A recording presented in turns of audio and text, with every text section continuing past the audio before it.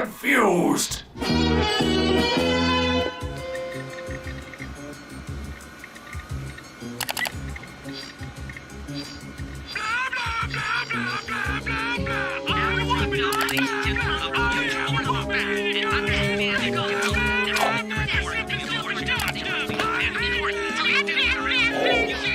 Oh my! How am I being so blind? Gentlemen!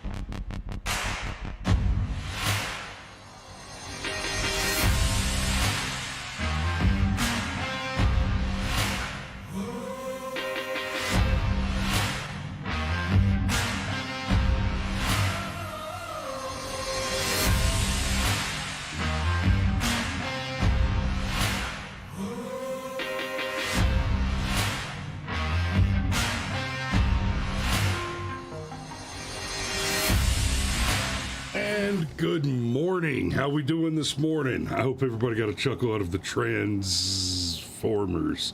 That cartoon's a couple of years old, and I think we've covered it on the show before, but I still find it hilarious. For those of you, well, nobody's watching on Rumble. There's something going on with Rumble, which is a pity because after this morning, you might need to look for me there tomorrow. The title of the episode says it all. They, them are coming for your children. And we've covered that once or twice on this show. It's not complicated. They've said it very plainly. You think that we'll corrupt your kids if our agenda goes unchecked?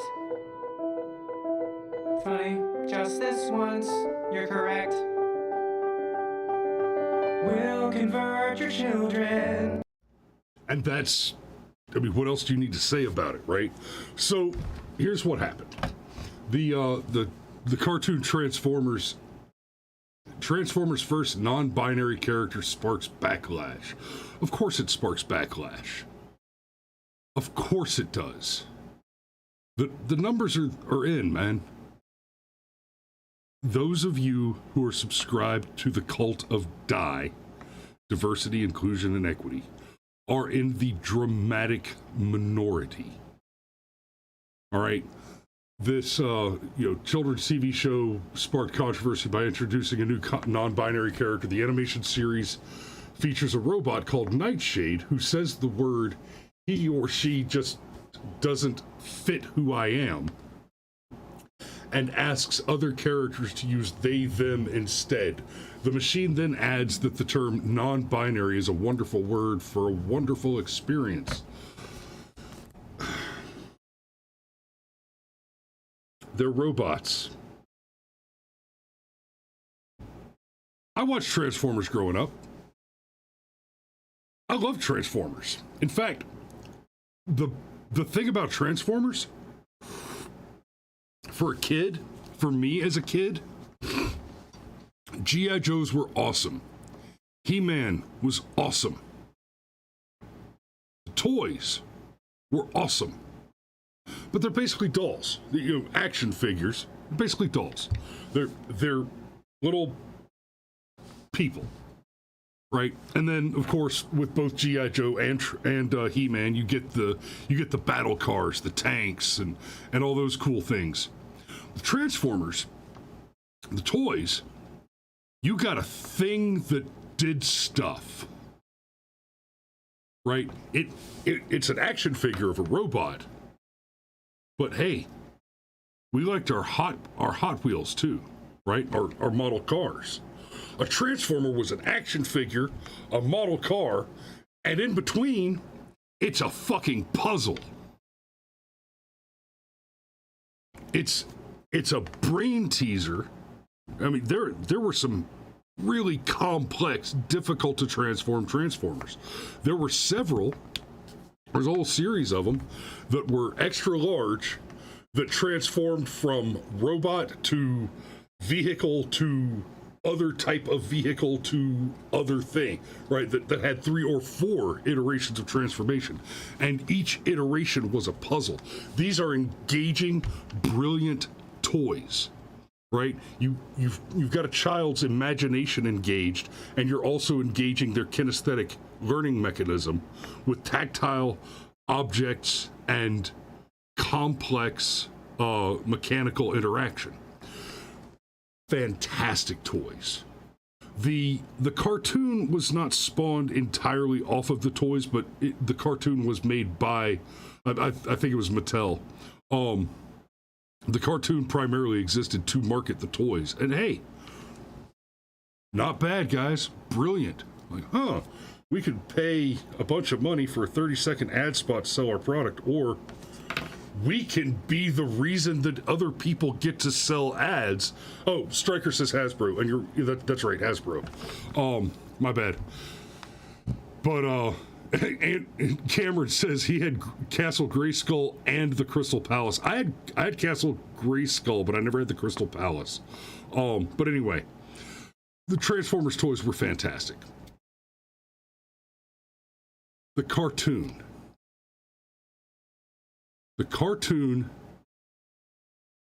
basically is a story about an alien race that are super intelligent robots that are broken into 2 political factions. Those 2 political factions are super simple. They're Autobots and Decepticons. Autobots are good guys. And when I say good guys, I mean Merca. Autobots represented autonomous intelligence and personal freedom. The Decepticons represented total political capitulation to a single central authority in Megatron, right? And they even went so far as to lampoon lapdogs like the media in the sycophant Starscream that worked directly for Megatron. And Stryker points out, yes, Optimus Prime, not just red, white, and blue, right? Optimus Prime was a broad-chested, barrel-chested, big-armed, gunslinging robot, stoic cowboy-type character that transformed into a tractor trailer. Right? I mean, he couldn't have been more go-go America, freedom, and badassery unless he wore a cowboy hat as a robot and transformed into a Humvee or a tank. He was American man, even when he transformed into a car. Yeah, St. Michael says the John Wayne of robots. That's perfect. And that's what Transformers was all about. Between the 2 factions, you have struggle. So they've landed on Earth because Earth has a valuable resource called Energon, which is somewhat less obnoxiously vague and explicitly nondescript than the unobtainium from the blue people. But, okay, there's this magic Energon stuff, which exists all over the universe, but it was plentiful here, and they're fighting for the Energon to power their war for their home planet of Cybertron. And that's the story. There were even a few female Transformers introduced eventually. And I gotta say, honestly, the introduction of the female Transformers was a bit of a stretch, because these are the characters that we're interacting with that have arrived on Earth are not representative of the population of their system. They're representative of the military expeditionists of their systems. So for there to be a woman or 2 is okay. That's fine. Cool. What they were not was human. Now, they're transformers. They transform from a robot into a car. And do you know what happens when you have a thing that's designed, that's created originally to transform from a robot into a car?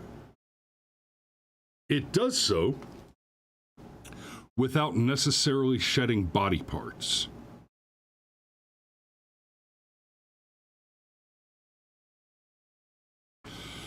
So now we have this inclusive, I didn't even realize fans still on. Now we have, for the sake of inclusivity, we have this introduction of the non-binary.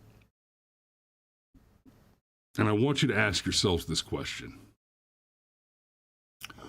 Why do we not see drag queens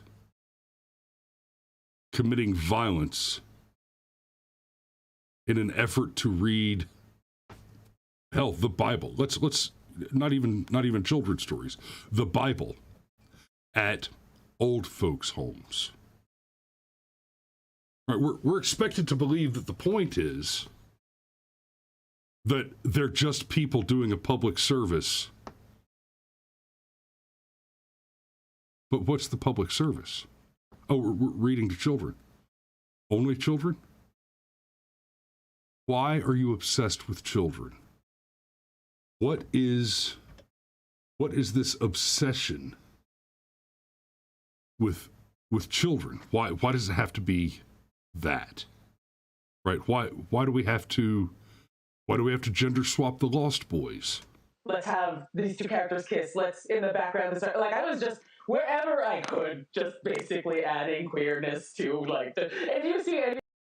Now, I keep going back to the same two examples often because those two are the most glaring, but they are by far and away not the only examples of these activists saying explicitly that we're going out of our way to push homosexuality, transgenderism, the whole LGBTQ thing on children.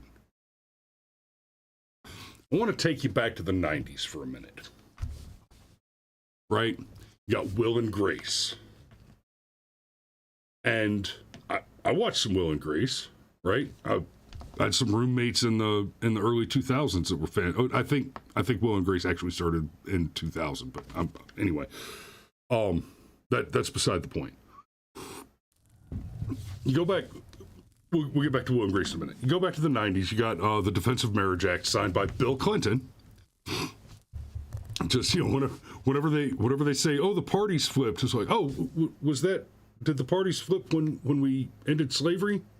No, the parties flipped when we had the civil rights movement. Oh, that was majority Democrat opposition. That's, and then in the mid 90s we had, the Defense of Marriage Act was signed by a Democrat president. When did the parties flip? Oh, the first president to ever run for office without ever having held the public political position for traditional marriage is Donald Trump. Right? Never forget that all these politicians that are super pro-DIE, diversity, inclusion, and equity, that are super pro-DIE, these death cultists, they were all, every one of them, to a man and a woman, and only to a man and a woman because those are your options. They were all anti-gay marriage until it was politically convenient not to be. We saw it in China. I've talked about this with the one child policy in China. Part of the enforcement mechanism was the use of propaganda to increase the trend toward homosexuality and the effeminization of men, in order to, quite explicitly, in order to control the rate of population growth. Because China had too many damn people, and they were getting hungry. They're trending back the other direction because they've push themselves into non-replacement birth rates. We're there here. We're in below replacement birth rates here in America. And please believe, for those of you who are still not quite smart enough to be looking for the absolute abolition and removal of the Social Security program at whatever cost is necessary, for those of you who still don't understand the Ponzi scheme that always was, and that no matter how much you get out of Social Security, you have been robbed of your interest-earning investment life, it's going to go the way of the dodo. Because we are rapidly approaching a time when, even if it was potentially solvent for the population at large at present, below replacement birth rates will mean that it is not funded by working taxpayers at a rate commensurate with that at which it is depleted by non-working consumers. Right? And hey, I did my part. I got 4 of them running around. Yeah, y'all got some of y'all out there got some work to do. And I wish you luck. And I wish you happiness with it. But more importantly, I wish you expedience with it. Babies matter. They're important. They're fun, they're beautiful, they're wonderful, they'll make you happy, but more importantly, they matter. They are important. And it's not complicated. This is just another piece of it. The episode comes amid an increasingly bitter social debate about the rights of transgender and non-binary people, particularly relating to their inclusion in women's sports and women-only spaces. I noticed they're not saying anything about their inclusion in men's sports. Right? I hope you've followed the story of Riley Gaines and her competition with I forget his name now, but the 6.5 foot tall dude in a bikini that whooped everybody in the swimming pool. You know, once everybody in the pool were girls, because he was a competitive swimmer in the male side before, and apparently he rather sucked. He was a mediocre male athlete, and then he put on a bikini and became an exceptional female athlete. See, they talk about men being included in women's sports because there is no exclusivity rule in men's sports. Right? The reason there are women's sports is not because there were men's sports and they decided that women should be able to play sports too. The reason is because sports professionally existed, and they were professional. So just like any other job, there's competition in the application for the profession.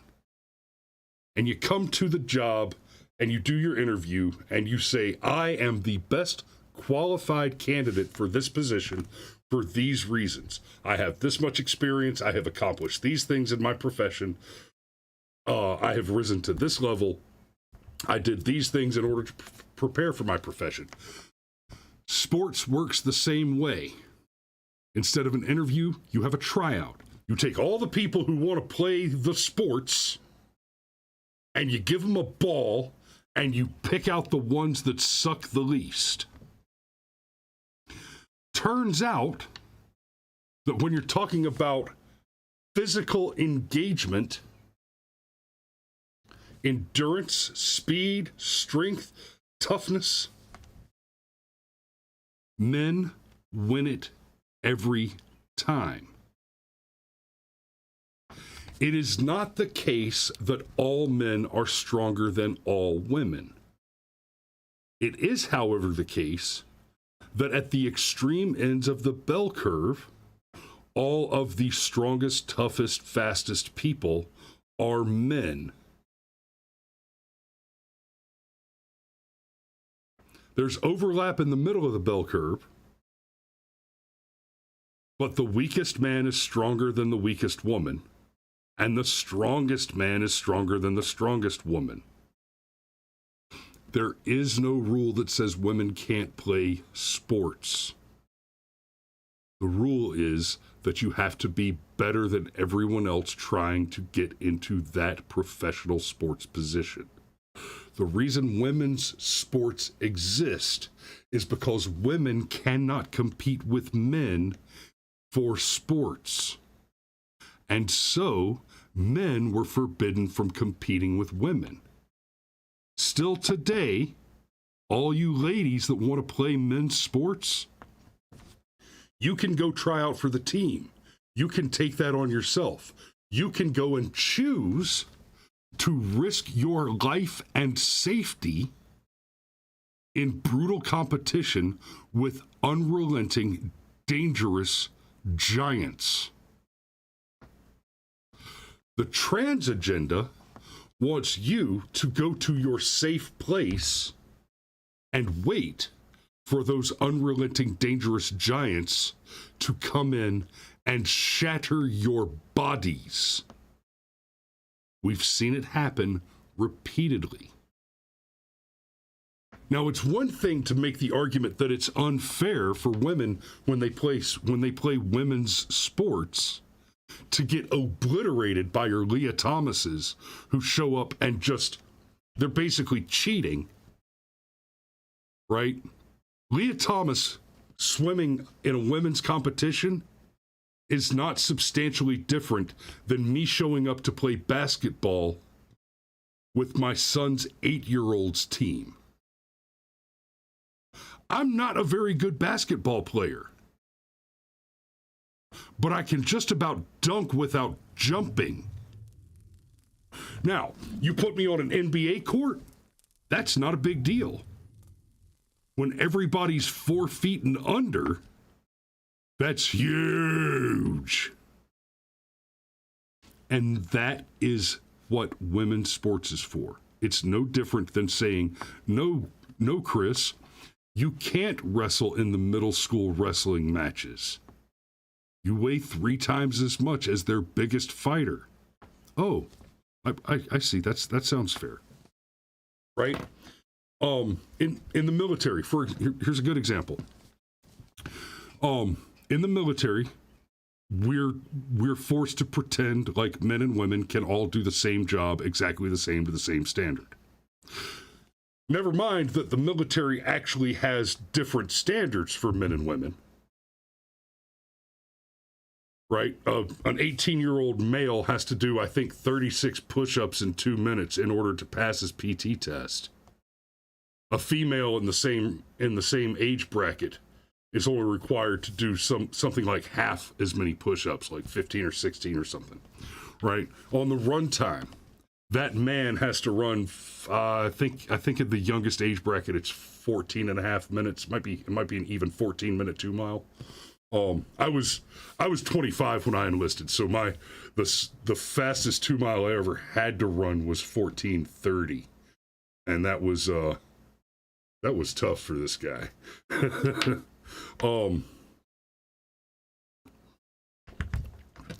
But there's literally a double standard. There is one standard for men and one standard for women. And it wouldn't be a problem. It would not be a problem, honestly. I would be 100% on board for women in the military if the standards were identical. That there are different standards, that less is required of a woman while she is paid as much, that's obnoxious. That's not fairness. That is equal outcome, not equal opportunity. That's some commie bullshit right there. Right? I got another soldier on the battlefield with me. I'm going to be expected to carry your dumb ass off the field when you get shot. I expect the same from you.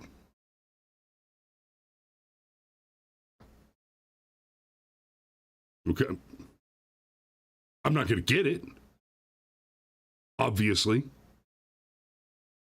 right? Or ladies, are you going to throw my 300 plus pound ass plus 200 pounds of gear over your shoulder and march away with it?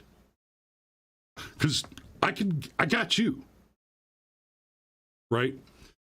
So this idea, they talk about trans rights, right?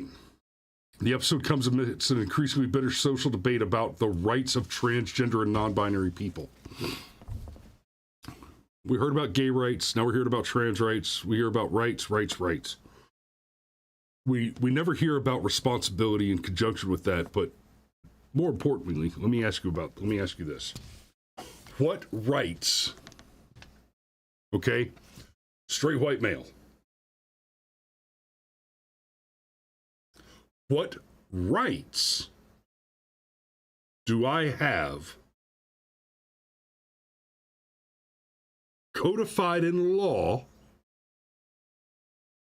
that one of these deviants do not? Right? A man in a dress does not have different rights than I do. He's going to be treated differently, and he should be, because he's making it a point to present himself differently. Right? I would be treated differently if I wore a three-piece suit all the time, differently than I am now. And don't get it twisted, I'm treated fantastically because I'm terrifying and loud. But you know, if I dressed differently without going to deviance, just chose to wear the daily professional dude uniform, you know, suit and tie, I would be treated differently in public than I am, which is not to say that I'm not treated well generally. But the point being, the dude in the dress wants to go and use the women's bathroom. Okay, am I going to be allowed to use the women's bathroom? Because what you're asking for is not equal rights. You're asking for special privileges. You're asking for special treatment. You're asking for additional rights. You're asking for superior rights. The argument of these sociopaths is not that they want equal rights. That cannot be their argument, because they have equal rights. 14th Amendment, not complex. That argument, it's just like the argument for gay rights, for all of those. Every time you have an identity group that says they're demanding equal rights, women's rights are human rights. Okay, name for me the rights that men have that women do not have. Right now, I can actually name for you several rights within the law that are codified, which give explicit advantages to women over men. You cannot show me the reverse. I dare you to try. Most of those laws, by the way, have to do with family court.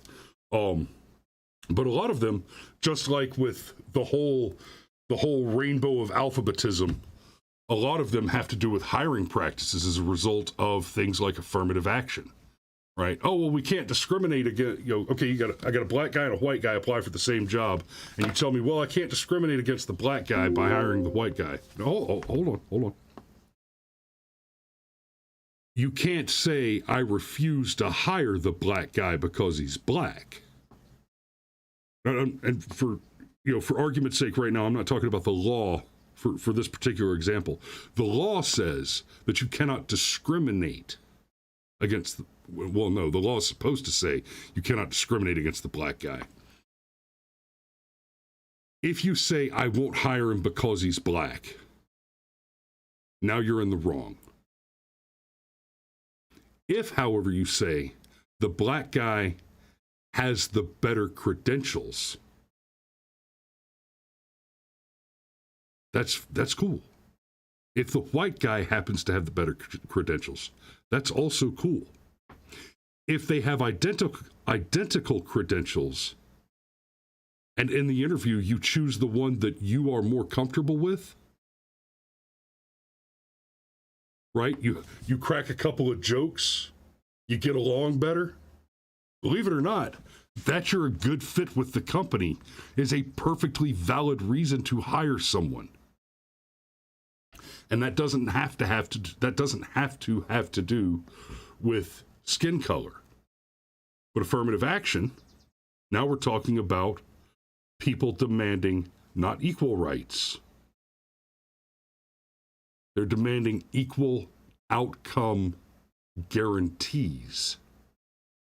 Now, if you hire the black guy over the white guy because the law in affirmative action says that you haven't hired enough black guys based on their skin color alone, you are complying with a law which is prima facie unconstitutional, ergo void and illegal within the confines of the law itself, but is still enforced by the government. They, them do not want equal rights. They have them. They want special privileges. Their whole objective is to create a system by which the people who have built the Western world and created liberty, freedom, and prosperity to the only extent it has ever in history existed for anyone to access.